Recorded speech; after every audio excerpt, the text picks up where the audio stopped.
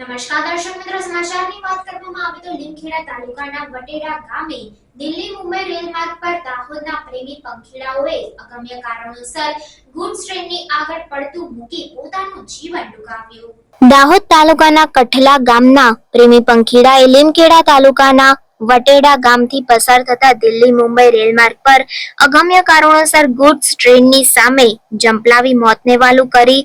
લીધાનું police સૂત્રો દ્વારા જાણવા મળી રહ્યું છે. પ્રાપ્ત વિગતો અનુસાર દાહોદ તાલુકાના કઠલા ગામના ડુંગરા ફળિયાના 25 વર્ષીય દીવાન બચુભાઈ હીરુભાઈ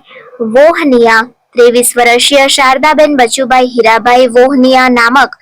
કથિત પ્રેમી પંખીડા ઘરેથી નીકળ્યા હતા અને લીમખેડા તાલુકાના વટેડા ગામેથી પસાર થતા દિલ્હી મુંબઈ રેલમાર્ગ પર સામેથી પૂર ઝડપે આવી રહેલી ગુડ્સ ટ્રેનના આગળ જંપલાવી મોતને વાલું કરી લીધું હતું. આ બનાવ અંગેની જાણ ટ્રેનના ચાલકે લીમખેડા સ્ટેશન માસ્ટરને કરતા લીમખેડા સ્ટેશન માસ્ટરે દાહોદ ગુજરાત રેલવે પોલીસને જાણ કરી હતી. જે બાદ ગુજરાત રેલવે પોલીસના જવાનો ઘટના સ્થળે પહોંચતા બંનેના મૃતદેહ રેલવે ટ્રેકથી સાઇડ આઉટર સિગ્નલ પર મળી આવતા આ હદ લીમખેડા પોલીસ મથકે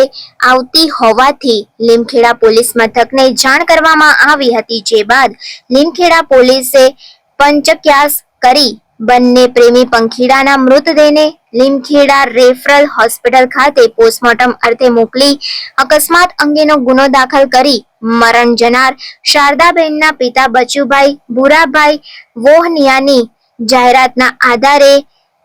ગુનો દાખલ કરી આગળની વધુ તપાસ હાથ ધરી.